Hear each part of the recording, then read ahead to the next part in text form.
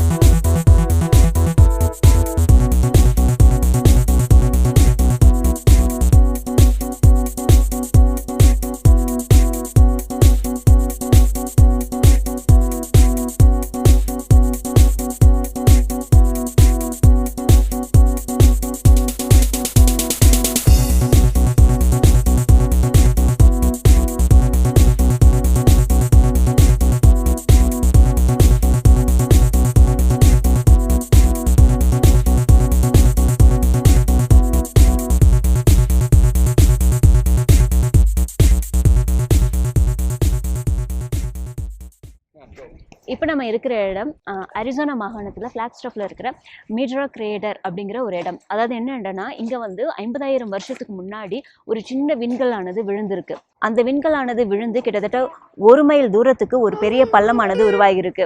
அந்த இடத்த இவங்க பாதுகாத்துட்டு வராங்க. அதாவது அது எவ்வளோ வேகத்தில் வந்தது அப்படின்னா, கிட்டத்தட்ட 1 மணி நேரத்துக்கு 26,000 மைல் வேகத்தில் வந்ததாம். அதாவது அவங்க எக்ஸாம்பிள் என்ன சொல்கிறாங்கன்னா, எல்ஏலேருந்து நியூயார்க்கு போகணும் அப்படின்னா ஃப்ளைட்டில் ஏறினீங்கன்னா 5 நிமிஷத்தில் போயிடலாம். அந்த வேகத்தில் வந்துட்டு அந்த கல்லானது வந்து விழுந்திருக்கு அப்படின்னு சொல்கிறாங்க. 50,000 வருஷத்துக்கு முன்னாடி இது நடந்ததுனால அது வந்து இன்னும் இவங்க பாதுகாத்துட்டு வராங்க. இந்த இடத்த கண்டுபிடிச்சி இன்னும் இவங்க பாதுகாத்துட்டு வராங்க.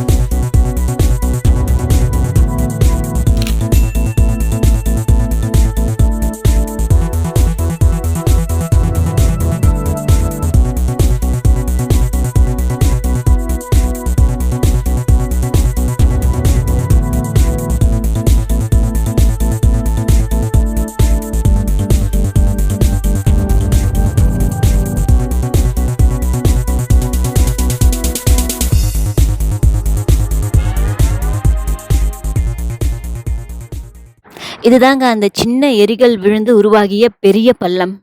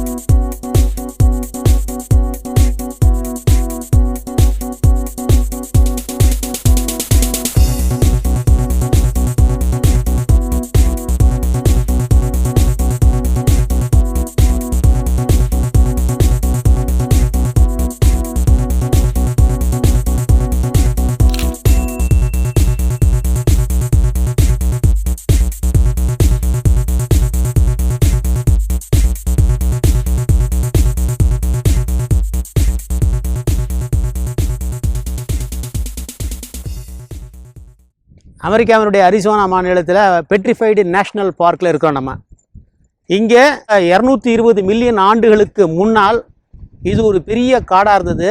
டைனோசார் வாழ்ந்த உலகம் இது. இந்த உலகத்தில் வந்து டைனோசார் மறையிறதுக்கு காரணம், இதுக்கு முன்னாடி நான் ஒரு வீடியோ போடுவோம். அந்த வீடியோவில் வந்து அந்த எரிகள் விழுந்த இடம் இருக்குது. இதுபோல் நிறைய எரிகள் விழுந்து அந்த கம்ப்ளீட்டாக டைனோசார் உலகமெல்லாம் அழிஞ்சு போயிடுது.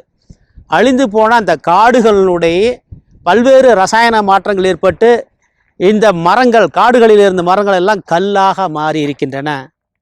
இது முழுக்களும் கல்லாக மாறிடுச்சு. இது மரம், பெரிய பெரிய மரங்கள். இந்த பெரிய பெரிய மரங்கள் எல்லாம் கல்லாக மாறிடுச்சு. இது எங்கேயுமே பார்க்க முடியாத ஒரு அதிசயம். இது ஃபாசில் எவிடன்ஸ்ன்னு இதை சொல்லுவாங்க. இதனுடைய வயசை வந்து இதனுடைய அளவை வச்சு இதனுடைய ரிங்ஸினுடைய அளவை வச்சு கண்டுபிடிச்சி பார்த்தோம்னா இது பல நூறு கோடி ஆண்டுகளுக்கு முன்னால் ஏற்பட்ட ஒரு விளைவு. இது அருமையான ஒரு நேஷ்னல் பார்க்கு. இதனுடைய சுற்றளவு மட்டும் கிட்டத்தட்ட ஒரு 100 கிலோமீட்டர் சுற்றளவு உள்ள இந்த நேஷ்னல் பார்க்கு சுற்றி பார்க்குறதுக்கு ஒரு நாள்லாம் பார்த்தாது.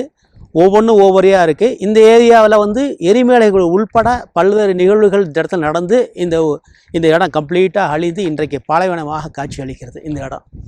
ஆனாலும் கூட இந்த நேஷ்னல் பார்க்கை இந்த அரசாங்கம் பாதுகாத்து வருகிறது.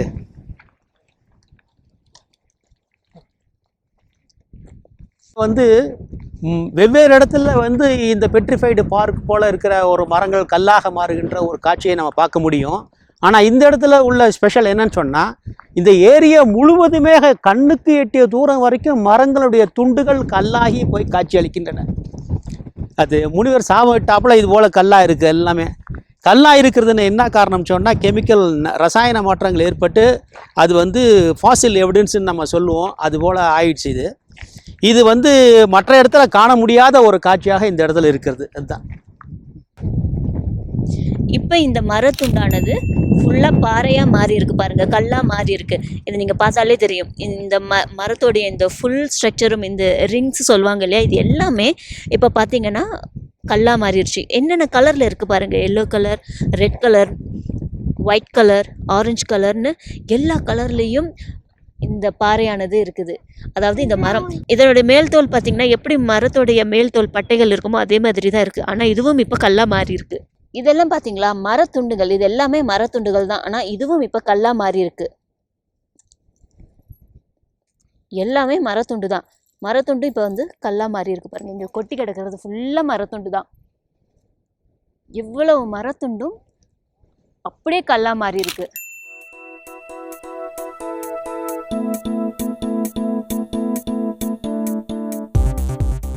நான் எப்படி ஃபீல் பண்ணுறேன் அப்படின்னா, இதை வந்து ஒரு காண கிடைக்காத அரிய பொக்கிஷத்தை பார்த்த மாதிரி தாங்க இதை நான் வந்து ஃபீல் பண்ணுறேன். ஏன்னா அவ்வளோ ஒரு ஒண்டர்ஃபுல்லாக இருக்குது. இத்தனை கோடி வருஷத்துக்கு முன்னாடி இருந்த அந்த மரங்களை இன்னும் நம்ம பார்க்க முடியுது அப்படிங்கிறது இவ்வளோ ஒரு ஆச்சரியமான விஷயம் இல்லை? இது மாதிரி அமேசிங்கான இடத்தெல்லாம் எங்களை கூட்டிகிட்டு வந்து காட்டுற என்னோட ஹஸ்பண்ட் சரவணனுக்கு கொடான கொடி நன்றி.